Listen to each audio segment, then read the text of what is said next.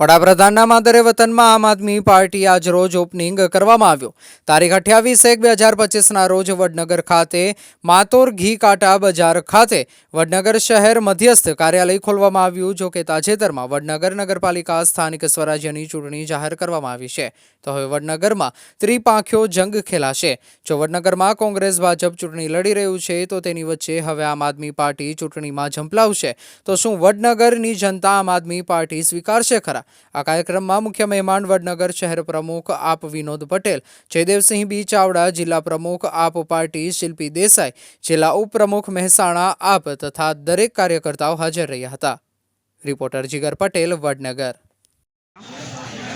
જયદેવસિંહ બી Chavda, advocate, જિલ્લા પ્રમુખ આમ આદમી પાર્ટી મહેસાણા। વડનગરમાં નગરપાલિકાની ચૂંટણી જાહેર થઈ છે અને આપણે ટિપ્પણીઓ ખેલવા આમ આદમી પાર્ટીની આજે ઓપનિંગ કરી છે, તે વિશે શું કહીશું? વડનગરની જાહેર જનતા સાથે છેલ્લા 15 દિવસથી જ્યારે પ્રચાર કરી રહ્યા છીએ, સમસ્યાઓ યાત્રાઓ કાઢી છે, એમની સમસ્યાઓ સાંભળી છે, ત્યારે ઠેર ઠેર જગ્યાએ ગંદકી છે, રોડ રસ્તા તૂટેલા છે, પાણીની પણ સમસ્યાઓ છે, સ્ટ્રીટ લાઇટના પ્રોબ્લેમ છે। આ બધા જ સમાધાન કરવા માટે આમ આદમી પાર્ટી અત્યારે ચૂંટણીમાં ઊભી રહેશે, તમામ બૂથ ઉપર ઊભી રહેશે, તમામ વોર્ડમાં ચૂંટણી લડશે અને જાહેર જનતા સાથે મળીને આ ચૂંટણી લડશે। શું આમ આદમી પાર્ટી કોંગ્રેસ સાથે ગઠબંધન કરશે ખરી? કોંગ્રેસ સાથે ગઠબંધન કરવાની કોઈ જરૂર નહીં પડે, કારણ કે અમે વડનગરની જાહેર જનતા સાથે ગઠબંધન કરી દીધું છે।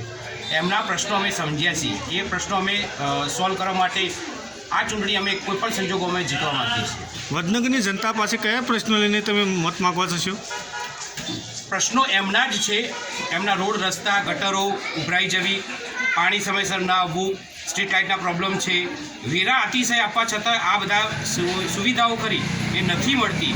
એના કારણે આજે સામે ચાલીને લોકો આમ આદમી પાર્ટીને સ્વીકારી રહ્યા છે અને એ તમામ વડનગરના રહેવાસીઓનો ખૂબ ખૂબ આભાર। આપ કેટલા ઉમેદવારો લડાઈ શકશો આમ આદમી પાર્ટીના? દરેક વોર્ડમાં 7 ચોકુ 28 ઉમેદવારો આપણે ઊભા રહેશે।